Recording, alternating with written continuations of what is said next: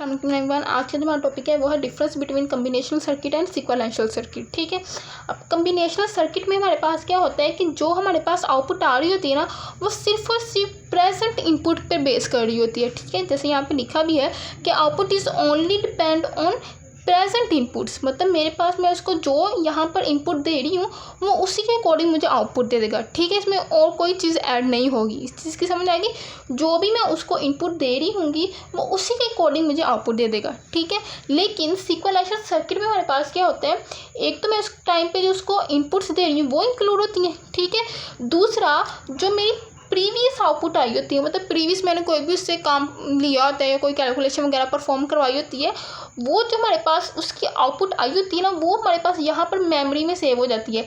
ये मेमोरी हमारे पास क्या होती है, फ्लिप फ्लॉप। तो यहाँ पर आके ये हमारे पास फ्लिप फ्लॉप में सेव हो जाती है। ठीक है, फिर जब मैं उसके बाद जब मैं इसको दोबारा से इसको यूज़ करती हूँ तो ये क्या करता है कि मैं उस टाइम पे जो इसको इनपुट दे रही हूँ वो भी इंक्लूड करता है। ठीक है, साथ ही साथ जो मेरी प्रीवियस आउटपुट्स आई होती हैं, जो प्रीवियस कैलकुलेशन का रिजल्ट मेरे पास आया होता है ना, ये उसको भी इंक्लूड करता है। तब दोनों को मिलाने के बाद ये मुझे आउटपुट देता है। ठीक है, यहाँ पर लिखा भी हुआ है कि output depend upon present input as well as previous output. जो हमारे पास प्रीवियस वैल्यू आई होती है वो हम क्या करते हैं, हमारी मेमोरी में सेव हो जाती है। ठीक है, फिर जब मैं यहाँ से इसको इनपुट देती हूँ, ठीक है, जब मैंने इसको अब यहाँ से इनपुट दे दी, ठीक है, अब यहाँ से मेरे पास इनपुट जाएगी, इनपुट मैंने इसको दे दिया, अब मेरे पास आउटपुट आनी है। ठीक है, तो ये जब आउटपुट आएगी ना, तो ये आउटपुट हमारे पास किस किस पे पेश करेगी, एक तो मैंने जो उसको करंट टाइम पे इनपुट दिया वो, साथ में जो प्रीवियस आउटपुट हमारे पास आई होगी, प्रीवियस आउटपुट की जो कैलकुलेशन जो भी वैल्यू होगी, जो मेरे पास प्रीवियस आउटपुट आई होगी वो हमारी मेमोरी में सेव हो जाएगी। जब मैं दोबारा सर्किट को यूज़ करूँगी तो वो वाली आउटपुट मेरे पास क्या करेंगी, एज अ इनपुट यूज़ होगी। ठीक है, एक तो मेरे पास करंट इनपुट जो मैं उसको दूंगी, एक प्रीवियस आउटपुट भी मेरे पास एज अ इनपुट वर्क करेगी, फिर ये दोनों इनपुट्स मिलकर मुझे आउटपुट देंगी। ठीक है, ये होता है हमारा सीक्वेंशियल सर्किट। ठीक है, ये दोनों में मेन डिफरेंस है। एक तो कम्बिनेशनल सर्किट में हमारे पास मेमोरी नहीं होती, इसमें हमारे पास मेमोरी होती है, इसमें हमारे पास कोई भी चीज़ हमारे पास सेव नहीं होती। ठीक है, जब भी मैं फंक्शन परफॉर्म कराती हूँ मुझे उसका रिजल्ट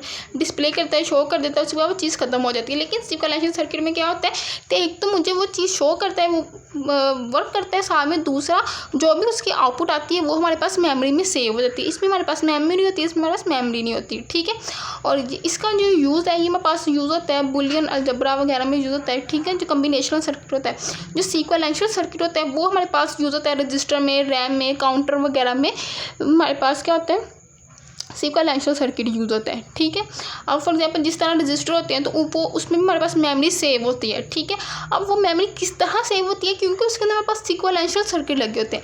सीक्वेंशियल सर्किट क्या करते हैं कि वो जो भी हम उसको दे रहे होते हैं चीज़, जो भी उसको उस टाइम पे वैल्यू दे रहे होते हैं वो उसको अपने अंदर सेव कर लेते हैं। ठीक है, फिर उसके बाद उसको यूज़ कर लेते हैं। ठीक है, तो रजिस्टर वगैरह में, रैम में या काउंटर्स में, इस तरह के जो भी हमारे पास सर्किट हम लोग बनाते हैं उसमें हमारे पास सीक्वेंशियल सर्किट यूज़ होते हैं। ठीक है, और कम्बिनेशन सर्किट सिंपल हमारे पास बुलियन अलजेब्रा के लिए यूज होते हैं। ये दोनों में मेन डिफरेंस है। कम्बिनेशन सर्किट्स जब हमारे पास आउटपुट देता है तो सिर्फ और सिर्फ प्रेजेंट इनपुट के अकॉर्डिंग देता है। ठीक है, लेकिन जब सीक्वेंशियल सर्किट हमें आउटपुट देता है वो एक तो हमारे पास प्रेजेंट इनपुट के अकॉर्डिंग आउटपुट देता है, दूसरा वो प्रीवियस आउटपुट भी एज अ इनपुट यूज़ करता है। ठीक है, प्रीवियस आउटपुट भी एज अ इनपुट यूज़ करता है, फिर वो करंट इनपुट और प्रीवियस आउटपुट को एज अ इनपुट यूज़ करते हुए दोनों इनपुट्स को मिला के हमें आउटपुट करता है। ठीक है, इस चीज़ की समझ आ गई, ये दोनों में मेन डिफरेंस है। आज की हमारी यही वीडियो थी।